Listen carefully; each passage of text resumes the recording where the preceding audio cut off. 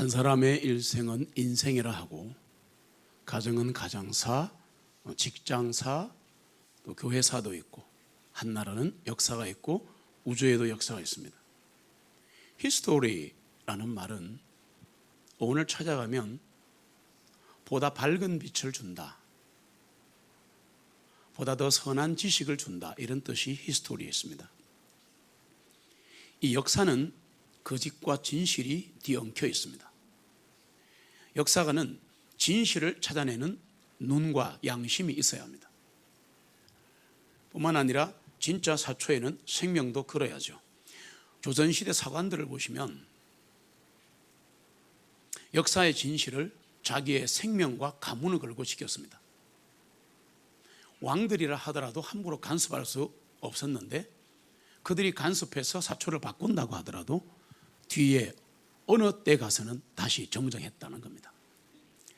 지금 우리나라에도 많은 수많은 진실 공방이 계속되고 있는데, 어떤 사건의 진실이 왜곡되면 역사와 정의가 무너지는 겁니다. 그런데 이것이 성경에 나오는 역사의 사건이라면 문제는 심각한 거죠. 세상의 역사나 가정사도 잘못되면 많은 문제가 생기는데, 성경의 역사가 바뀐다면, 내지는 왜곡되어 있다면 이것은 분명히 바로해야 하는 겁니다. 그게 뭐냐? 바로 오순절 사건입니다. 지금부터 2000년 전에 예수 그리스도께서 부활하셨습니다. 그런데 부활하시고 정확하게 50일이 되는 날 성령님이 이 땅에 오셨습니다. 그래서 그것을 오순절, 펜테코스트. 오순절의 가장 중요한 의미가 뭐냐? 구약의 맥추절, 감사절 이런 게 아니에요. 그것은 그냥 짤막한 역사일 뿐입니다. 오순절의 가장 중요한 포인트랄까, 아니면 미닝이랄까. 그래서 오순절의 가장 중요한 게 뭐냐 그러면, 오순절은 하나님이 신약교회에게 이렇게 말씀하신 날입니다. 얘들아 봐라, 이것이 이제부터 너희에게 일어날 수 있다라고 말씀하시는 게 오순절의 핵심이에요. 그 일이 뭔가 알아보겠습니다. 그 전에 성경은 오순절에 대해서 어떻게 기록하고 있는가, 어떤 일이 일어나기 전에 오순절에 대한 기록부터 한번 보겠습니다. 이게 사실은 다거든요. 성경 기록을 보시면 오순절은 첫 번째입니다. 교회의 시작이 아니다, 그렇게 얘기합니다. 오순절은 교회의 시작이 아니라 그럼 뭔데요? 그런데 마태복음 16장 18절에 보시면 같이 읽습니다. 또 내가 내게 말하노니 너는 베드로라. 그리고 내가 이 반석 위에 내 교회를 세우리니 지옥의 문들이 그것을 이기지 못하리라. 아멘. 이게 누가 하신 거냐면 예수님이 33년 6개월 사시다가 3년 6개월의 공생애에 말씀하신 겁니다. 그러니까 예수님이 하신 말씀이에요. 그런데 베드로에게 이 반석은 예수 그리스도입니다. 그래서 이곳에 내 교회를 세우겠다 그랬습니다. 그런데 세우리라 하는 이 그리스 원어 헬라를 보시면, 왜냐하면 신약 성경은 코인의 헬라라는 2000년 전 그리스로 쓰였기 때문에 그거로 보셔야 돼요. 어쩔 수 없죠. 거기 보시면 오이코도메스라는 단어가 나오는데, 세우리니 오이코도메스, 이 단어를 외우라는 게 아니라 뜻이 중요한데 연속형 시제입니다. 세웠다가 아니고 계속 세워진다는 겁니다. 영어 성경은 어떻게 되어 있느냐? I will build my church 되어 있습니다. I will build my church. build가 아니고 will build이기 때문에 교회를 세우시겠다는 얘기입니다. 무슨 말인가 하면, 여기 언급된 교회는 예수님 그때부터 지금까지 계속 세워져 가고 지어져 가고 있다. 언제? 주님 다시 오실 때까지. 그래서 이 교회 완성은 언제 되느냐? 주님 다시 이 땅에 오셔서, 많이 아는 용어로 재림, 주님 다시 오셔서 구원받은 모든 사람들이 들림 받을 때 교회가 완성되는 겁니다. 주님 다시 오셔서 교회가 완성되면 신구약 시대에 구원받은 모든 사람들이 하나의 교회가 된다. One Church, 하나의 교회가 되는데 그 이름이 뭐냐? New Jerusalem, 거룩한 성, 거룩한 도시. 지금 전 세계에 구원받은 하나님의 사람은 다 하나님의 가족입니다. 전 세계에 지금 살아있는 진짜 성령님의 은혜로 구원받은 사람은 다 God's family, 하나님의 가족이다. 누가 와서라도 예배 드릴 수 있다. 뭔 소리 하시는 거예요 지금? 문 닫고 살지 맙시다. 그러나 하나는 구별합시다. 교회 시대인 지금은 믿는 자들의 지역 모임인 개별 교회 하나하나가 그리스도의 몸된 교회입니다. 그것을 신약교회라 이렇게 말합니다. 그러면 교회는 언제 시작되었는가? 교회가 오순절에 시작되었다는 말씀은 성경에 없습니다. 신약교회라고 알려진 지역 모임은 예수님 살아생전 어느 한 시점에서 만들어졌다. 와, 예수님이 이 땅에 살아 계실 때 3년 6개월의 공생의 기간에 만들어졌다. 증거를 댈게요. 마태복음 18장, 교회가 오순절에 시작되지 않았다는 증거를 몇 가지 보겠습니다. 마태복음 18장 15절로 17절 읽습니다. 또한 만일 내 형제가 너에 대적하여 허물을 범하거든 가서 너와 그만 있을 때에 그의 잘못을 말해 주라. 만일 그가 내 말을 들으면 너는 내 형제를 얻은 것이라.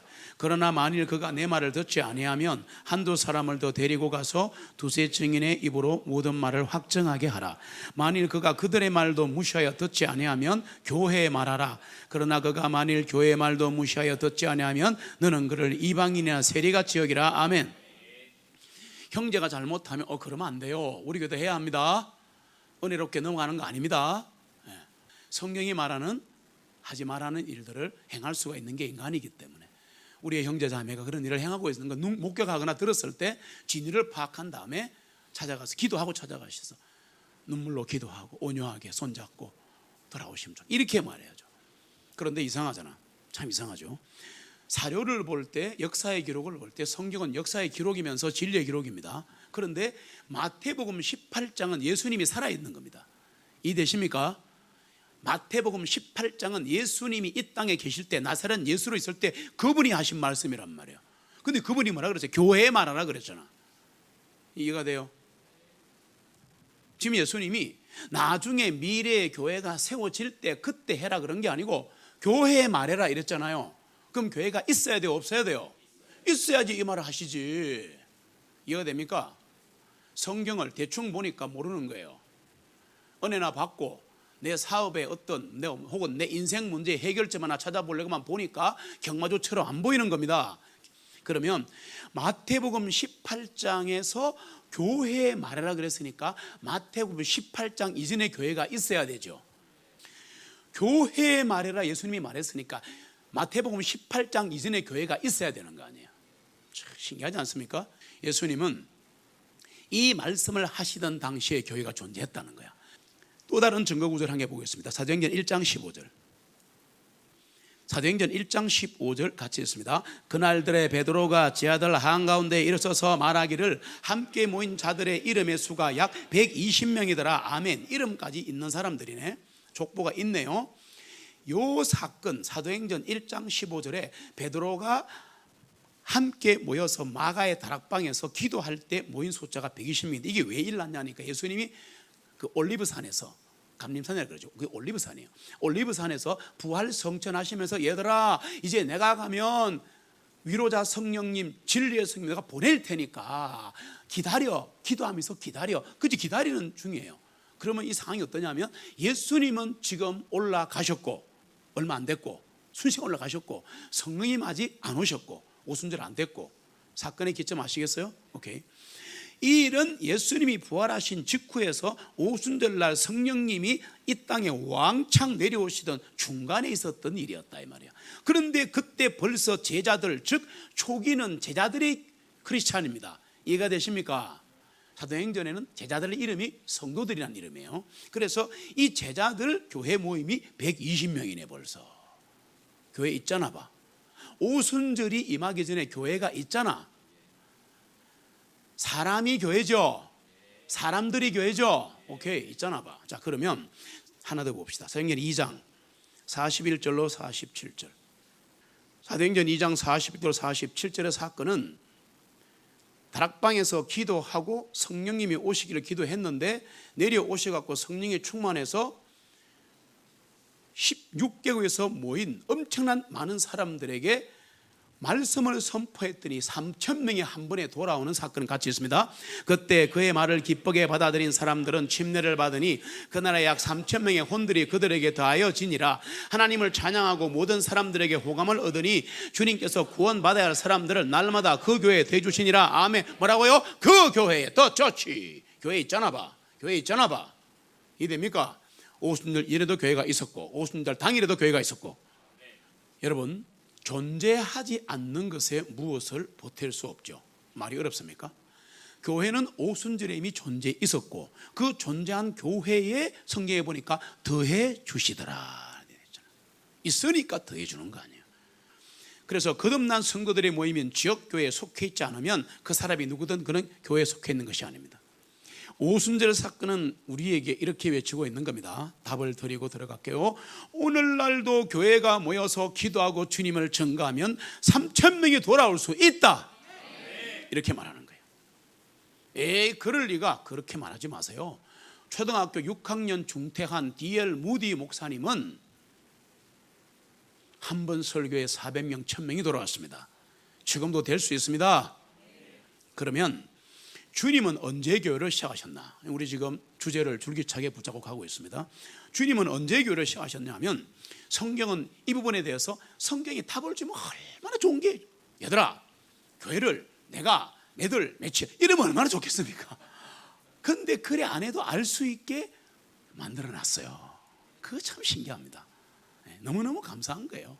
제가 양해하고 들어야 됩니다. 제가 연구란 말도 안 쓸게. 추적해 본 결과 마태복음 10장쯤일 거다. 집에 가서 확인. 됐어요? 몇 장? 마태복음 10장 정도에 가시면 감이 옵니다. 어쨌든 교회가 오순절날 시작된 것은 아니다. 오순절의 중요한 포인트가 뭐냐? 그것도 중요하지만 교회가 기도하고 주님을 전가하면 한 번에 3,000명이 구원받았다. 나는 그게 눈에 보이는 거야. 확대경으로. 이날 하나님이 우리에게 주신 본복의 날이다.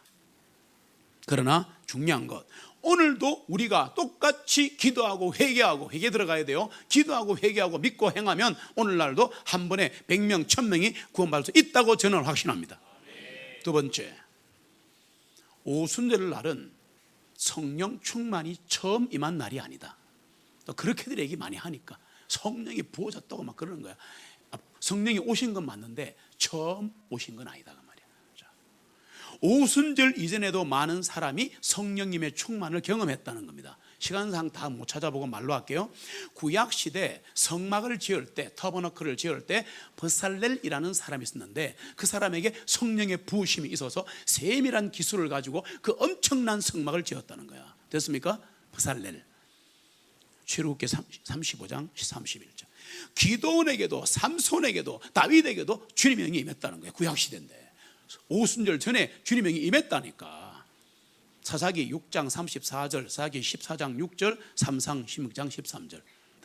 침례인 요한은 예수님 전 사람인데 어머니 태에서부터 성령의 충만함이 있었다. 맞습니까? 요한의 아버지, 침례 요한의 아버지 사가랴도 성령님으로 충만하여 대언했다. 예수님도 성령님으로 충만했다. 오순절 전에. 이거는 봐요. 예수님 거니까. 누가복음 4장 1절 같이 읽습니다. 예수님께서 성령님으로 충만하여 요르단강에서 되돌아오사 성령님에게 인도받으시어 광야에 들어가셔서. 아멘. 이 일들은 모두 오순절 이전의 사건이었다. 세 번째, 오순절은 성령님의 내주하심이 시작된 날이 아니다. 지금 아니다라고 하고 있는 겁니다. 무슨 말이냐? 성령이 오셨네, 성령이 오셨네고 들어왔다 그랬잖아요. 그런데 내주라는 것은 내 안에 들어왔다 그 말이에요. 좀 유식한 말이지 뭐. 그러니까 성령님이 내 안에 들어오셨다, 내주 이렇게 하는데, 그리고 계속 사신다, 거주하신다, 이걸 내주, 내 안에 거주하신다. 그런데 오순절이 그 시작이 아니다는 거예요. 어떤 사람들은 성령께서 오순절에 오신 이유는 하나님의 백성들 안에 거하시기 위함이라고 가르칩니다. 예수님이 성령님을 약속하신 것은 맞습니다. 보내줄게 라고. 그러나 한번 보십시다. 그러면 요한복음 14장 16절 같이 읽습니다. 내가 아버지께 기도할 것이니 그분께서 너희에게 또 다른 위로자를 주실 것이요 그분께서 너희와 함께 영원히 거하시리라.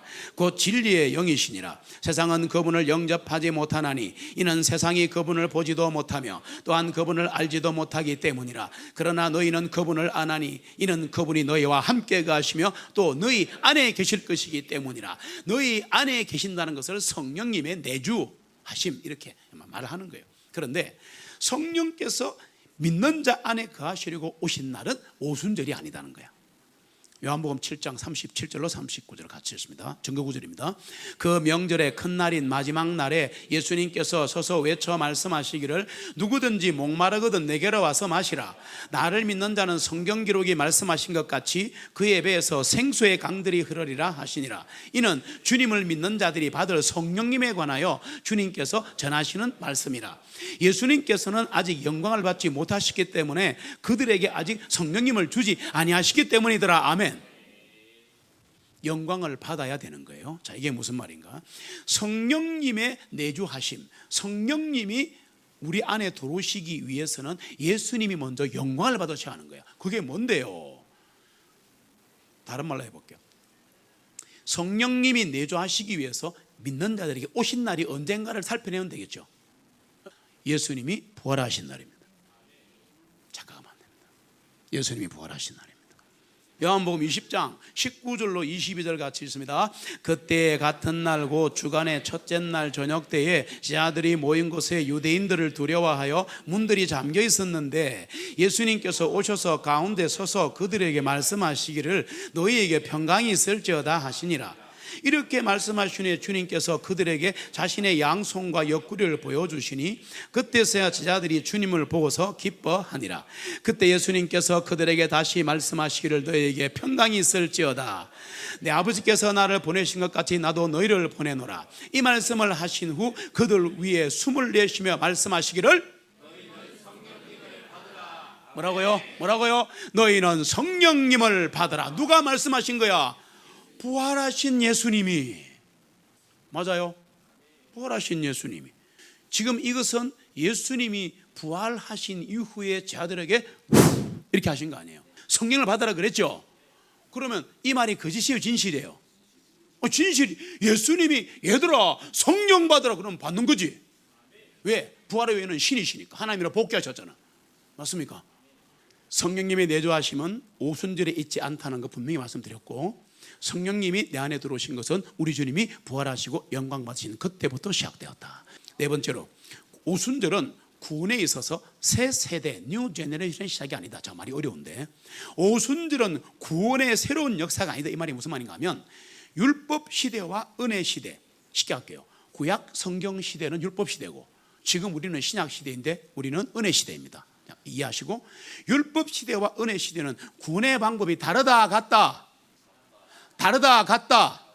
구약이든 신약이든 무조건 구원은 하나님의 은혜. 아브라함이 하나님을 믿으니 그를 의로 여기시니라. 의인이 되면 구원받은 거야. 율법 시대와 은혜 시대는 구원받는 방법이 다르다고 말하는 것은 성경에 나오지 않는다. 훗날 갈보리에서 하나님이 자기 아들을 희생시킬 것을 상징하는 희생 제물을 드리던 창세기 때부터, 창세기 보시면 창세기 첫 시작에 하나님께서 어린 양을 잡아가지고 가죽옷을 만들어서 아담과 이브에게 입히시는 장면 봤어요? 제사는 아니지만 첫 번째 동물을 죽여버린 거야. 그거를 기념하고 기억하여서 아담과 이브 아들들도 다 제사 드리잖아. 한국 이런 제사 말고 하나님께 제사를 드리잖아. 맞아요? 희생제사라 그럽니다. 희생제사, offerings. 그런데 그때부터 지금까지 이 대한민국이 아니라 전 세계가 아니라 우주가 망할 때까지 구원받는 사람은 은혜로 구원받는다. 왜 하나님은 그럼 우리에게 율법을 주셨나? 여러분, 율법은 거룩하고 선한 것입니다. 율법이 어려운 사람은 하나님의 명령, 율법은 우리로 하여금 죄를 깨닫게 하려고 주신 것이다. 율법은 인간이 하나님을 만족시킬 수 없구나, 내가 율법을 10계명부터 해서 유대법의 613개 율법을 어쩌고 저쩌고 하는 걸 못 지키는구나. 인간은 못 지키네. 하나님의 법을, 하나님의 말씀을. 알겠나? 예, 못 지키겠습니다. 그래서 내가 죽었다. 그 말 아니에요. 다 못 지키니까 너희들 스스로 선할 수 없어. 네가 천재고 박사고 네가 재벌이라도 나를 믿어야 살아. 예수 그리스도 보혈을 믿어야 산다니까. 그래서 내가 죽은 거 아니야 라고 한다, 이 말씀입니다. 그거를 보여주기 위해서 율법을 보여줘요. 율법. 이런 율법들을 지키기 위해서 노력해야 하는데 그렇게 불가능하다. 미션 임파서블이다. 그러면 우리는 우리를 구원할 수 없다. 나는 내 인생의 영원한 문제를 해결할 수 없다. 나는 죽음 문제를 해결할 수 없다. 나는 죄 문제를 해결할 수 없다. 천국과 지옥 문제를 나는 해결할 수 없다. 이거를 깨달으라고 율법 명령을 주신 거야. 이래라 저래라 하지 마라. 그래서 율법을 이루신 분이 주 예수 그리스도인 거야. 테텔레스타이, it is finished.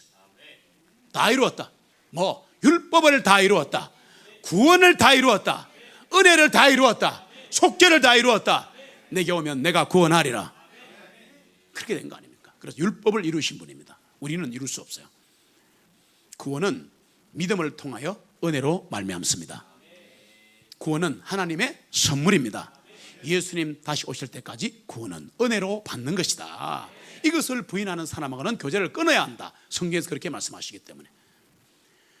세대주의자들과 전천년주의자들은, 특별히 이 세주자들은 역사를 7시대로 나눕니다.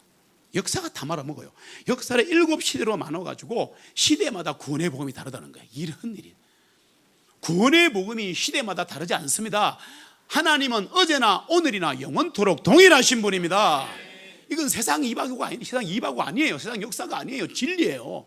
주님은 어제나 오늘이나 영원토록 동일하신 분이야. 복음도 동일해. 구원도 동일해. 믿어야 구원받는 거예요. 복음은 과거에도 하나이고 지금도 하나다. 죄인된 우리가 예수님께서 우리 죄값을 다 치르시고 십자가에서 이루어 놓으신 공로를 믿는 순간 구원받습니다. 여러분, 구약시대도 예수 믿고 구원받습니다. 그래서 창세전에 죽임 당하신 어린 양이시기 때문에 구약도 신약도 예수 믿어야 구원받는다. 간단하게 합시다. 오순절은 요엘서 말씀을 성취하는 날입니다. 그러니까 구약 신약을 자르는 것은 잘못됐다 그 말입니다.